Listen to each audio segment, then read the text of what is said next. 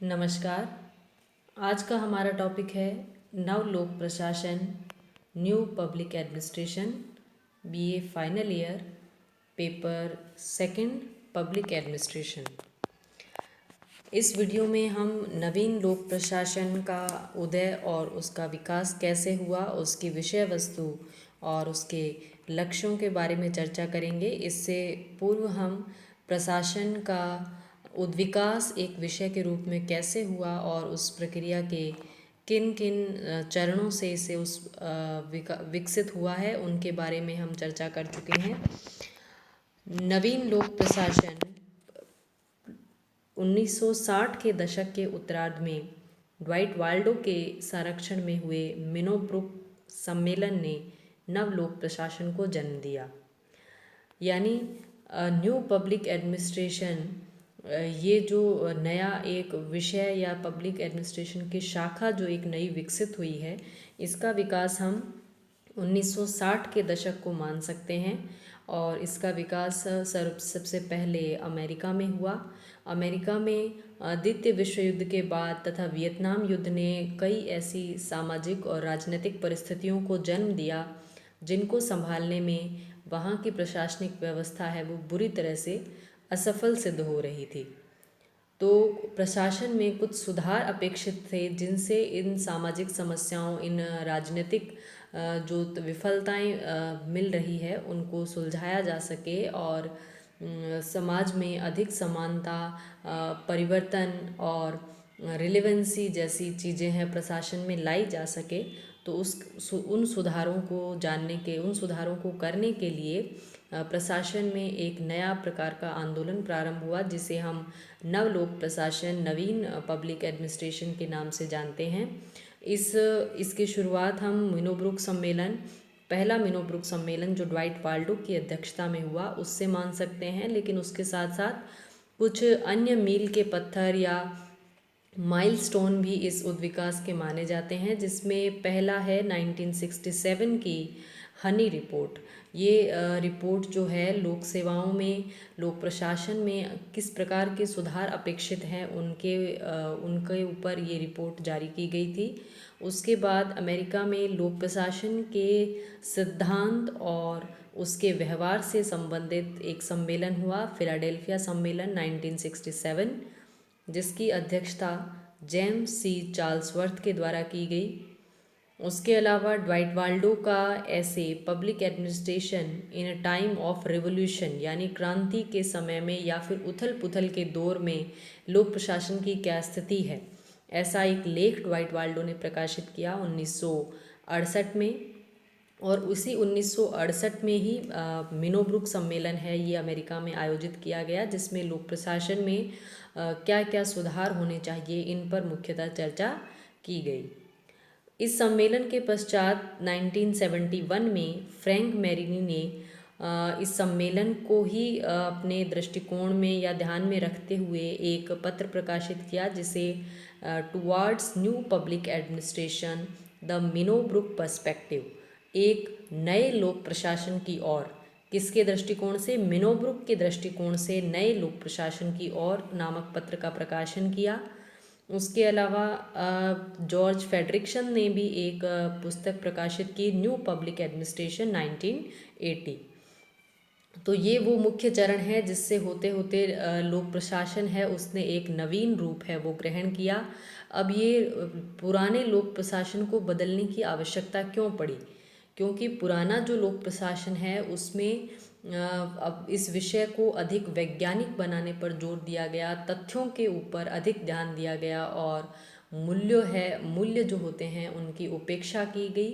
तो मूल्यों की उपेक्षा करने के कारण ये समाज के प्रति या जो समस्याएं होती है उनके प्रति असंवेदनशीलता की हदें हैं जो पार करने लगा था। प्रशासन है वो समस्याएं सुलझाने के लिए है, तो उसमें एक अपेक्षाकृत अधिक मानवीय दृष्टिकोण की आवश्यकता होती है, मूल्यों को ध्यान में रखने की आवश्यकता होती है। लेकिन पुराना जो लोक प्रशासन है उसमें मूल्यों की बजाय तथ्यों पर और वैज्ञानिकता पर अत्यधिक ध्यान देने के कारण इसका स्वरूप है वो बिल्कुल ही यांत्रिक हो गया था और ये समस्याओं को सुलझाने की बजाय उनको और ज़्यादा है वो उलझा रहा था या जटिल बना रहा था। तो इस सब में सुधार करने के लिए नवीन लोक प्रशासन है उसकी आवश्यकता महसूस हुई। नवीन लोक प्रशासन की क्या विषय वस्तु है? नवीन लोक प्रशासन किन चीज़ों की ओर ध्यान देना चाहता है? ये तथ्यों के बजाय मूल्यों को प्राथमिकता देता है। मानवतावाद, विकेंद्रीकरण यानी शक्तियां हैं उनको अधिक से अधिक विकेंद्रीकृत किया जाए, कार्यों का प्रत्यायोजन किया जाए, व्यक्तिगत हितों में वृद्धि की जाए और व्यक्ति की गरिमा है उसको समर्थन करता है। ये प्रशासन की मूल्यों से जो उदासीनता है उसे अस्वीकार करता है। इसका कहना है कि प्रशासन को भी समाज में ही रहकर काम करना है, समाज के लिए काम करना है। तो जो सामाजिक मूल्य हैं उनसे विमुख होकर प्रशासन का संचालन नहीं किया जा सकता। तो ये प्रशासन की मूल्य तटस्थता को अस्वीकार करता है। प्रशासन में नागरिकों की अधिकाधिक सहभागिता को बढ़ावा देना चाहता है कि नागरिक है वो खुद प्रशासन में भागीदारी निभाएं। प्रशासन है उसमें अधिकाधिक रुचि लेंगे, अधिकाधिक प्रशासन का सहयोग करने की जब नागरिकों में प्रवृत्ति आएगी तो प्रशासन है वो ज़्यादा सफल हो सकता है और अधिकारी तंत्र है उसके ऊपर नियंत्रण का पक्षपोषण करता है। ये सरकारी तंत्र को नागरिकों के प्रति उत्तरदायी बनाने पर बल देता है। तो ये वो मुख्य लक्ष्य या हम गोल कह सकते हैं जिनको ध्यान में रखकर नवीन लोक प्रशासन है उसको आगे बढ़ाया गया। नवीन लोक प्रशासन के 4 आधारभूत स्तंभ कहे जा सकते हैं। वो है रिलेवेंसी, वैल्यूज़, इक्विटी और चेंज। यानी ये वो 4 चीज़ें हैं जिनके लिए ये एक नई शाखा जो है उसकी खोज की गई। पहला है प्रासंगिकता। प्रासंगिकता का मतलब है उपयोगी बने रहना, यानी प्रशासन ऐसा होना चाहिए जो उपयोगी बना रहे समाज की समस्याओं को सुलझाने में। प्रासंगिकता शब्द लोक प्रशासन की वर्तमान परिस्थितियों में उत्पन्न समस्याओं से जूझने की क्षमता की ओर संकेत करता है। यानी समस्याएं हैं उनको सुलझाने में प्रशासन कितना सक्षम है। यदि वो सक्षम है तभी वो प्रासंगिक बना है, वो उपादेय बना है, वरना उसे हम अप्रासंगिक कहेंगे। 60 के दशक की परिस्थितियों में लोक प्रशासन की जो क्षमता थी उस पर अनेक प्रश्न उठे और उसकी सामाजिक विज्ञान के रूप में क्या उपयोगिता है उस पर कई प्रश्न हैं वो उठाए गए। तो प्रशासन में ऐसे बदलाव जरूरी समझे गए जिससे वो उपयोगी बन सके। दूसरा आधार इसका है मूल्य यानी वैल्यूज़। नवीन लोक प्रशासन के विद्वानों ने मूल्यों की पुनर्स्थापना पर बल दिया। इसके अनुसार प्रशासन को संवेदनशीलता अपनाते हुए उन मूल्यों को अपनाना चाहिए जो सामाजिक समस्याओं को हल कर सकें। सामाजिक समता या सोशल इक्विटी, सामाजिक समानता के विचारों का विस्तार ही लोक प्रशासन का मौलिक आधार है। नवीन लोक प्रशासन ने इस बात पर जोर दिया कि प्रशासन समाज के दलित और वंचित वर्ग के लोग हैं उनकी आर्थिक, सामाजिक और मनोवैज्ञानिक पीड़ा को समझे और उसके समाधान के लिए उचित कदम उठाए। क्योंकि समाज का जो अभिजात्य वर्ग है वो अपने विशेषाधिकार त्यागने को तैयार नहीं है। तो प्रशासन को ऐसे प्रयास करने चाहिए कि समाज में समानता लाई जा सके। दलित या वंचित जो भी तबका है उसकी स्थिति को बेहतर बनाने के प्रयास है वो प्रशासन को करने होंगे, तभी सामाजिक समता है उसकी स्थापना हो सकती है। परिवर्तन, नवीन लोक प्रशासन है इसने सामाजिक परिवर्तनों पर बल दिया, क्योंकि जब तक प्रशासन परिवर्तन के लिए कार्य नहीं करेगा वास्तविक लोकतांत्रिक मूल्यों की स्थापना संभव नहीं है। तो ये 4 वो मुख्य बिंदु हैं या लक्ष्य हैं जिनकी प्राप्ति नवीन लोक प्रशासन है उसको करनी है।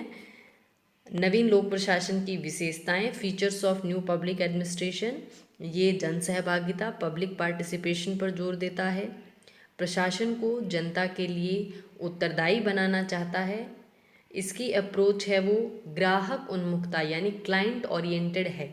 क्लाइंट ओरिएंटेड जिस प्रकार दुकानदार चाहता है कि उसका ग्राहक है वो उसकी सेवाओं से संतुष्ट हो, तो इसी प्रकार प्रशासन है उसको भी वही अप्रोच बनाते हुए अपने जो नागरिक हैं या जो टारगेटेड उसका ग्रुप है उनकी संतुष्टि की ओर ध्यान देना होगा या उनकी संतुष्टि के लिए उसको अपना कार्य है वो करना होगा।